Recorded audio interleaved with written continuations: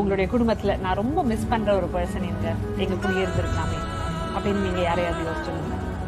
அது என்னோட மகள் விஜய் வந்து டே அண்ணான்னு தான் கூப்பிடுவோம். பேசிட்டே இருந்தவனுக்கு பேசிட்டே இருந்தா போயிட்டு வரேன்னு தூக்குனேன். ஆமா, அப்பவே இறந்துட்டா. பிளட் வருது, இறக்கல, பிளட் வருது. அவளை தூக்கிட்டு எங்கெங்கயோ கோயிலுக்கெல்லாம் போயிட்டு திருப்பி என் மடியில உட்கார வச்சுட்டு ஷூட்டிங் போல திருப்பி எங்கெங்கயோ போய் கோயிலுக்கெல்லாம் சுத்திக்கிட்டு இருக்கோம். அப்படியே பிளட் போயிட்டு இருக்கு. டாக்டர் வர்றாரு, இல்ல முடியாதுன்றாரு. அப்படியே மடியில உட்கார்ந்துருக்கேன். என் மடியிலேயே எப்படி இருக்குன்னு நினைக்கிறேன். அது வந்து எங்களுக்கு பெரிய லாஸ். அவ கண்ணு மூடனா விஜய் ஒரு சத்தம் போட்டான் பாருங்க, அப்பான்னு ஒரு சத்தம். வித்யான்னு தான் ஒரு சவுண்ட்.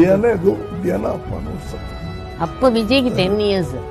அந்த கேப் வேற இருந்ததா.